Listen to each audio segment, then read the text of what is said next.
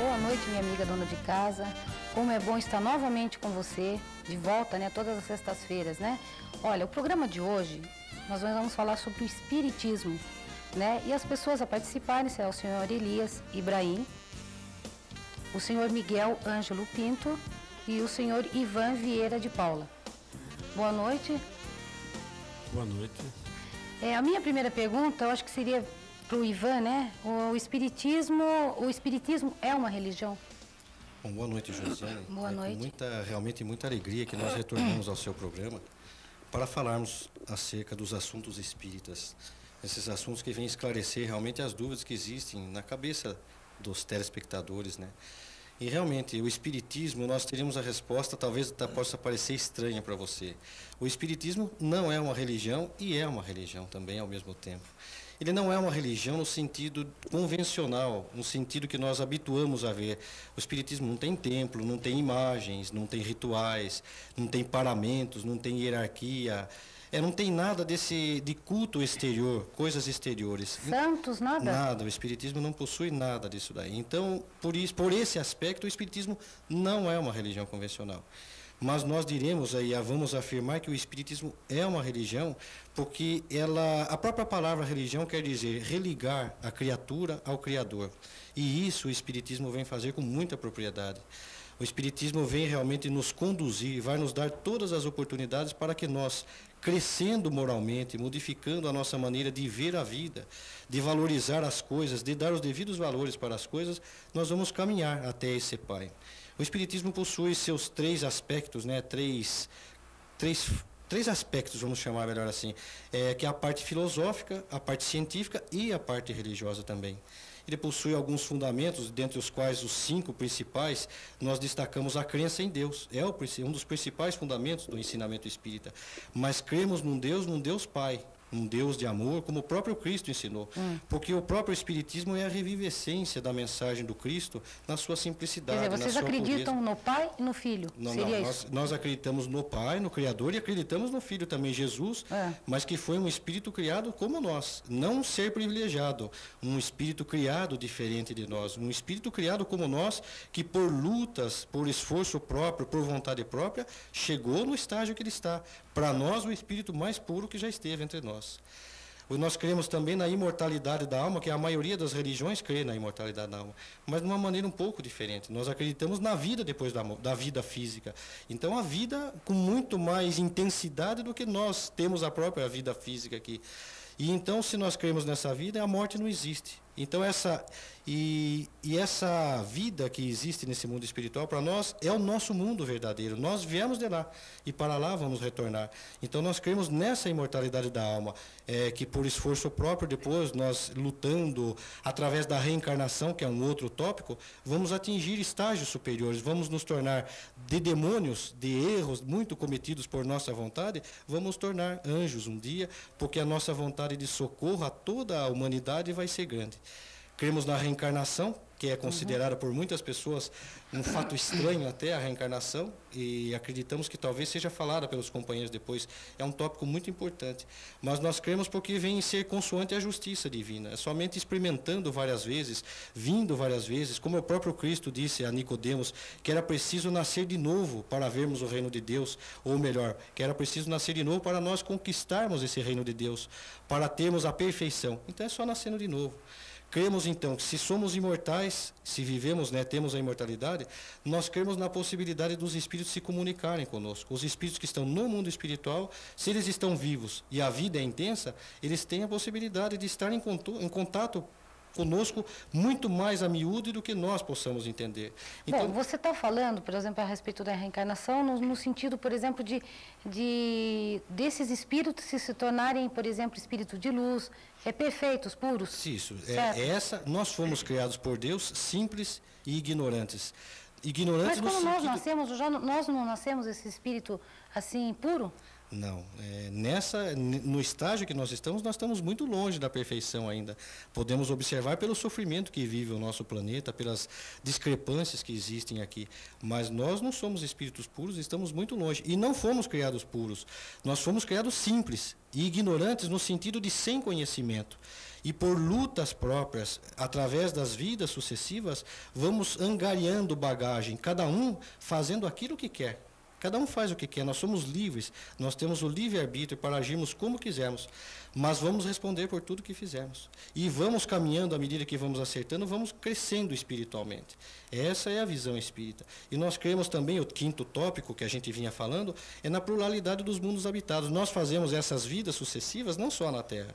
Se estamos em estágio mais adiantado, estamos vivendo em outros planetas mais adiantados, como existem planetas mais atrasados. Quer dizer, os mundos que estão aí nesse infinito... Isso quer dizer que os espíritas acreditam em vidas em outros planetas. Sem dúvida nenhuma. Seres extraterrestres. Sem dúvida nenhuma. Consoante ao que o próprio Cristo disse, que na casa de meu pai há muitas moradas. Então ele estaria muito bem mostrando que se não é só a Terra que é a morada do Pai, essa quantidade infinita de planetas que são realmente moradas de muitos espíritos. E nós possivelmente possamos ter vindo de alguns, vivido em alguns e vamos para outros sem dúvidas nenhumas. Escuta, agora eu gostaria de perguntar para o Miguel, né, se existe um conflito, né, do ponto de vista espírita, entre religião e ciência. Bom, nosso boa noite. Com imensa satisfação retornamos ao seu programa, Josiane. E esse aspecto a respeito de ciência e religião, nós consideramos também de alta importância, porque vemos uma dicotomia entre esses dois pontos, em que a ciência não tem buscado ou não dá chancela à religião. E nós temos que ter claro duas coisas. Primeiro, que a ciência cuida das leis da matéria e a religião cuida das leis morais. Tendo em vista que o princípio dessas duas coisas é Deus, ou seja, Deus é o Pai Criador, esses dois pontos não poderiam se contradizer. Não haveria possibilidade de contradição, uma vez que é criação divina. O que existe é um erro de interpretação, ou uma visão distorcida, ou uma visão acanhada. Porque a ciência, ocupando-se das leis da matéria e desdobrando-se nos seus diversos segmentos, ela tem ignorado o princípio espiritual. E a religião, muitas vezes também por falta de uma observação mais apurada, pelo seu dogmatismo, ela tem renegado pontos em que a ciência comprovadamente nos demonstra. E isso tem trazido uma incredulidade. As pessoas têm tido, até hoje, em relação a esses dois aspectos, que assumir uma posição ou de ciência ou de religião. Mas nós temos a certeza que estamos numa época em que os véus serão levantados. Aqueles ensinamentos que o próprio Cristo nos trouxe e que hoje ainda nós não compreendemos, eles serão explicados. E para isso, nós teremos que lançar mão da ciência, da lógica e da razão. Miguel, deixa eu só fazer uma perguntinha, que surgiu até, por sinal. Falando-se em ciência, no meio espírita existem curas, não existe? Cirurgias espíritas, tal. Fala um pouquinho a respeito desse assunto. Como é que acontece isso? Por exemplo, pessoas que já foram curadas até de doenças, né? Porque a gente escuta muito falar de pessoas que fazem a cirurgia, né? Que desce o espírito, tal, que já foi um médico, por exemplo, que faz aquela cirurgia. Mas isso acontece? Você vive esse momento? Você já participou disso? Fala um pouquinho a respeito disso. Bem, eu propriamente não tive uma experiência pessoal nesse campo. Mas nós sabemos que, conforme a doutrina espírita nos explica, todo problema físico, ele tem um fundo espiritual. Ou seja, nós podemos encarar então o ser como tendo três aspectos diferentes. O que seria o espírito, que é o ser pensante, a individualidade, a nossa consciência cósmica. O perispírito, que ainda é um conceito espiritual, que poderíamos dizer que o perispírito é o corpo do espírito. e o corpo físico, esse corpo somático, esse corpo em que a fisiologia nos apresenta. Pois bem, a ligação entre o corpo físico e o espírito é feita pelo perispírito. Então, ocorre o seguinte: qualquer ato, qualquer atitude que o espírito tome, fica registrado nesse corpo espiritual, no perispírito. E sendo assim, o perispírito, quando possui algum desequilíbrio, ele faz com que aquele desequilíbrio se reflita no corpo físico. Ele passa, então, a esse nosso corpo somático como uma forma até de compensar o corpo espiritual. Buscando, então, o equilíbrio do corpo espiritual, se manifestaria no corpo físico esses desequilíbrios e sugeriam, então, as moléstias. E hoje nós podemos ver que a própria medicina aceita já a visão mais integrada do homem, da sua consciência com o seu corpo, que é essa medicina em que as pessoas dizem a respeito das causas psicossomáticas. Quer dizer, alguma área da medicina já estuda, então, de uma maneira mais integral o ser, né? Então, agora, a respeito das curas físicas, que nós vemos muitas vezes na televisão, feita através de médiuns, né, por intermédio e influência de espíritos, existe um detalhe que nós precisamos considerar. Se, como eu disse anteriormente, as causas do mal físico, elas são espirituais, então você procedendo a um refazimento, a uma operação diretamente no espírito ou perispírito, você estaria, então, automaticamente Suponhamos que eu estou com uma doença. Eu vou fazer, por exemplo, procuro um centro e quero fazer, por exemplo, essa cirurgia, né? Digamos assim. Mesmo que eu não acredite, certo? Eu não acredito, por exemplo, no espiritismo. Isso aconteceria ou eu teria que acreditar no espiritismo para ser curado? Não. Isso independe do espiritismo, porque se assim fosse como você estaria colocando, nós diríamos que existe aí uma falta de justiça. Divina, inclusive. Porque se tudo, como eu disse, é um princípio divino, então Deus não estaria lhe permitindo usufruir dessa possibilidade se você não fosse espírita. Isso seria um sectarismo, seria um separatismo. Certo. Então nós não vemos justiça. Então independe disso. Certo. Agora, depende muitas vezes do merecimento, da possibilidade que você teria de receber aquela cura, certo. Entendi. Naquele momento, englobando muitos outros fatos anteriores. A sua postura perante a vida, enfim, toda uma série de coisas que levariam a isso. Agora, o ponto que eu queria chamar a atenção é o seguinte: quando se faz essas curas espirituais frente às câmeras de televisão, em que um médium incorporado por um espírito, ele coloca um canivete, por exemplo, no globo ocular de um ser e tira aquele globo para fora, e faz ali algumas cirurgias, nós diríamos que isso também não deixa de ser uma forma de chamar a atenção a respeito do problema espiritual. Mas nós sabemos também que muitas curas espirituais se fazem somente, por exemplo, pela imposição das mãos, uma aplicação magnética no corpo espiritual, no perispírito. Isso traria também a possibilidade de cura para o corpo físico indiretamente. É o outro lado da questão. Então, quando nós vemos essas curas miraculosas e que chamam a atenção... Então, mas através da cura das mãos, no caso que você está falando, a pessoa teria que receber esse espírito para fazer a cura.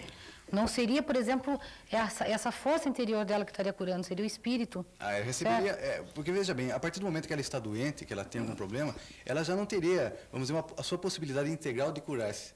É lógico que a participação dela é interessante, como uma postura psíquica em relação ao problema.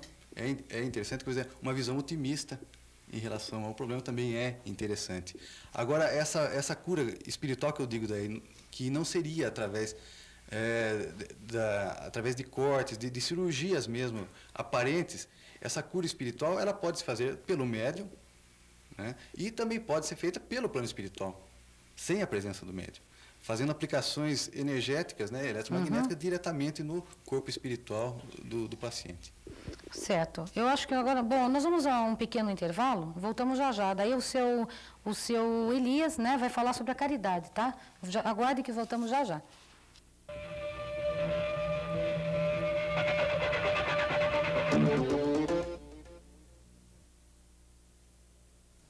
Olá, minha amiga dona de casa, você que está acostumada a me assistir todas as sextas-feiras, às 19h30, no programa Passaporte 44, já deve ter notado que em matéria de limpeza e qualidade sou exigente.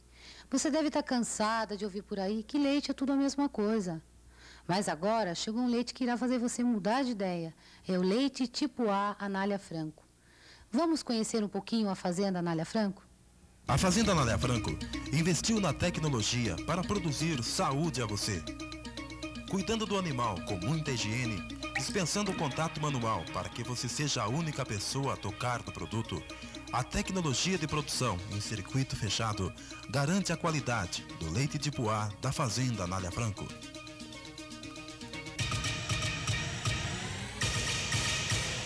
É a tecnologia no campo para produzir energia.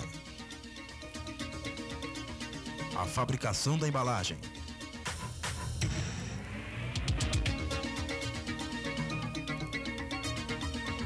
O engarrafamento na própria fazenda. Testemunho o cuidado com a higiene para garantir a sua saúde. Por isso que as diversas fases de produção do leite tipo A da Fazenda Anália Franco provam a você que este leite também é branco, mas é diferente. Como vocês puderam ver, qualidade é a principal forma de se apresentar um leite tipo A. Um leite saboroso e isento de qualquer tipo de bactérias. O sabor de antigamente na embalagem diferente. Guarde bem esse nome, leite tipo A Anália Franco. Este eu aprovo, é daqui.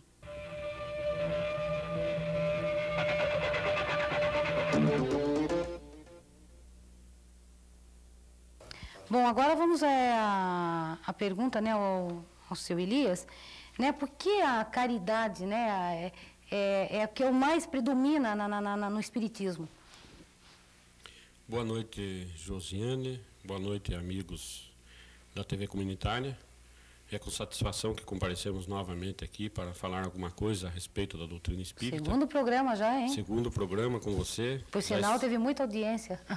Nós ficamos satisfeitos e acredito que o mérito é seu também. Já estivemos em outra ocasião aqui também, respondendo algumas perguntas. A doutrina espírita está sempre aberta às questões, ela é baseada mesmo em perguntas e respostas. E a respeito da caridade que você mencionou, realmente ela tem uma importância muito grande dentro do Espiritismo. Agora, é preciso esclarecer o significado dessa palavra caridade. Porque Allan Kardec, que é o codificador da doutrina dos Espíritos, ele nos diz que nós nos desentendemos muito pelas palavras. E é uma verdade.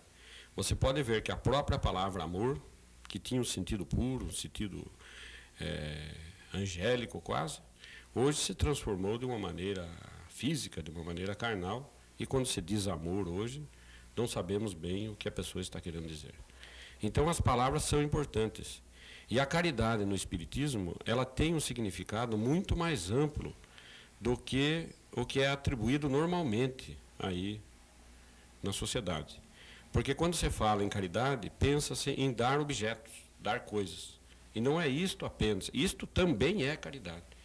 Porque seria caridade espiritual. Caridade espiritual, caridade moral. O Espiritismo eleva o conceito da palavra caridade. Uhum. Então a caridade não é só dar objetos, dar conforme a necessidade da pessoa. Por exemplo, se alguém nos bate a porta pedindo um prato de comida, no momento a caridade é um prato de comida. Mas os ricos também têm necessidade e não necessitam de prato de comida. Então, para eles, a caridade é a caridade moral, é o perdão, é a renúncia, é o silêncio, é a justiça, é a coragem de dizer a verdade, muitas vezes contrariando opiniões em grande quantidade. Então, é essa caridade que o Espiritismo defende. É uma caridade da alma, uma caridade do espírito, é o estado de caridade. É a pessoa ser compreensiva, ser solidária. É esse entendimento, evitar a maledicência. É uma grande caridade. Não falar mal do próximo, fazer sempre alguma referência positiva. Então é esta caridade que o Espiritismo defende e coloca como seu lema principal. Fora da caridade não há salvação. Não há salvação. Kardec não diz fora do Espiritismo, fora desta ou daquela religião. nem fora do Cristo. Ele diz fora da caridade. Então, todas as pessoas podem praticar a caridade. E todas as pessoas podem se salvar, independentemente de crença religiosa. Mesmo sem crença religiosa, ela pode se salvar, desde que tenha uma vida limpa, digna, e o seu procedimento seja um procedimento adequado, um procedimento honesto para com a sociedade.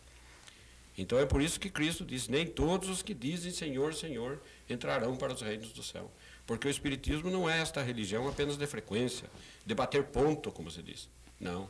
Há necessidade da prática, do exercício, do testemunho. É aí que entra a caridade.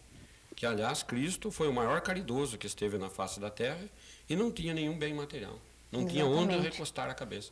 Viu, seu Elias? Eu gostaria de perguntar ao senhor a respeito, por exemplo, como que o Espiritismo vê esses jovens entrando na droga, se prostituindo, alcoolismo? Como que é feito? O que o Espiritismo diz a respeito disso? Bem, o Espiritismo vê com muita tristeza. Agora, o Espiritismo não generaliza também, é bom que se diga. Ele, às vezes, discorda um pouco da notícia inflamante e escandalosa que corre à solta, querendo colocar os jovens sempre em situação degradante. Então, disso, os jovens de hoje estão não pode generalizar, não podemos certo, generalizar. Exatamente. Há muitos jovens bons e há muitas pessoas de idade desregradas. O Espiritismo chama atenção. Isso é do espírito, não é da idade física. Agora, todos os vícios, o Espiritismo lamenta. Ele vê com tristeza alguns jovens em portas de escolas se entregando ao vício. E a solução que o Espiritismo apresenta, porque ele não só vê as causas, vê o sofrimento, ele procura também socorrer, porque o Espiritismo é o consolador prometido. Então, ele não é uma doutrina que está aí para julgar, para condenar, para discriminar as pessoas. Este tem vício, este bebe, este fuma, não. Isto não é religião, isto é discriminação. O Espiritismo socorre. Então, ele prega a educação moral, a partir das crianças, que seria a solução, se você raciocinar bem, você vai ver, você é uma pessoa inteligente, que a educação moral seria a solução para todos os problemas que nós vemos na sociedade nossa. Todos os crimes, os vícios, roubo, tudo que você vê por aí, corrupção. Inclusive, eu não sei se foi o Miguel, que eu tive a oportunidade de assistir o programa da semana passada sobre prostituição. Eu cheguei à conclusão ao seguinte, que se existem tantos números de prostitutas, se dá o problema social também, educação, não é verdade? Sem dúvida. Porque a maioria dessas mulheres querem viver com dignidade, que gostariam de viver como nós.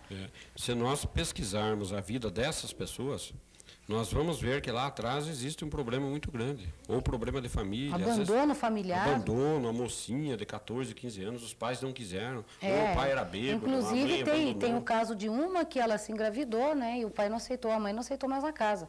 Ela não tinha onde comer, não tinha onde ficar, ela foi parar nessa vida, né? Pois é, e veja como condenaram uma pessoa dessa. Nós não podemos. Nós temos que antes socorrer, orientar, porque o Espiritismo não concorda com o erro.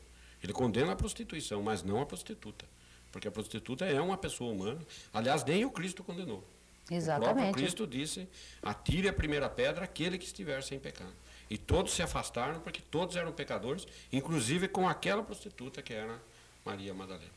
Então nós devemos antes socorrer, compreender, buscar a solução para as causas. Você disse bem, muitos são problemas sociais. A nossa sociedade não é justa, a distribuição de renda não é ideal, pessoas não têm casa para morar, salário baixo, pais às vezes abandonaram. Existem problemas que nós deveríamos resolver. Nós todos somos corresponsáveis com esta situação. Então, antes de condenar, vamos ver a solução que existe para podermos inclusive, como conversando com essas moças, elas chegaram a dizer que já procuraram trabalho na cidade, mas quando souberam do passado delas, já não quiseram mais aceitar. Eu acho que aí está a participação da sociedade. Por que não dar uma chance também?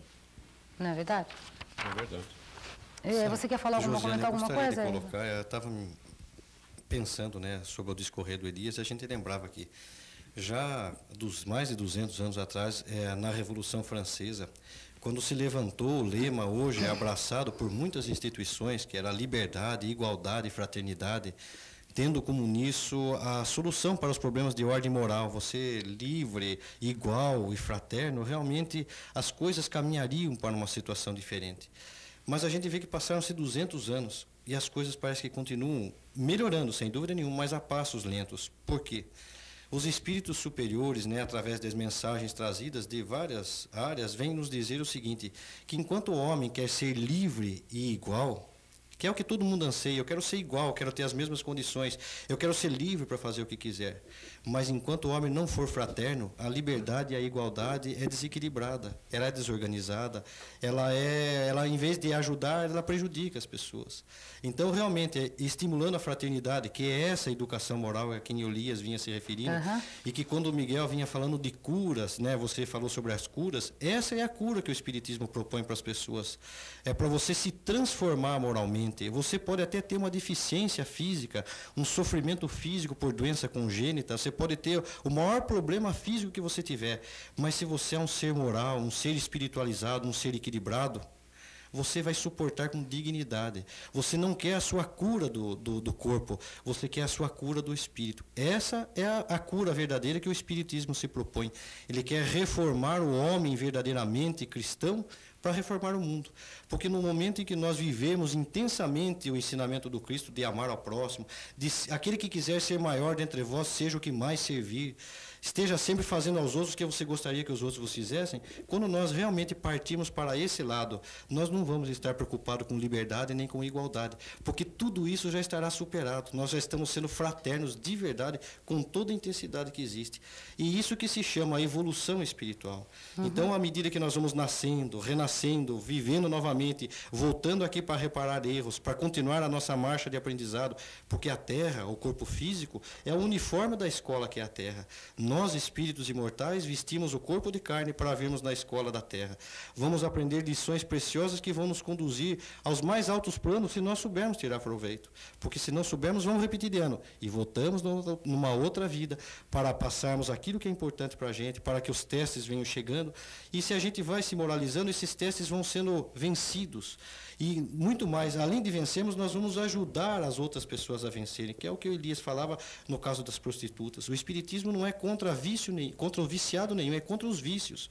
Nós lutamos contra o vício. Exatamente. E não contra o viciado. O viciado é um irmão nosso enfermo, como nós somos doentes também.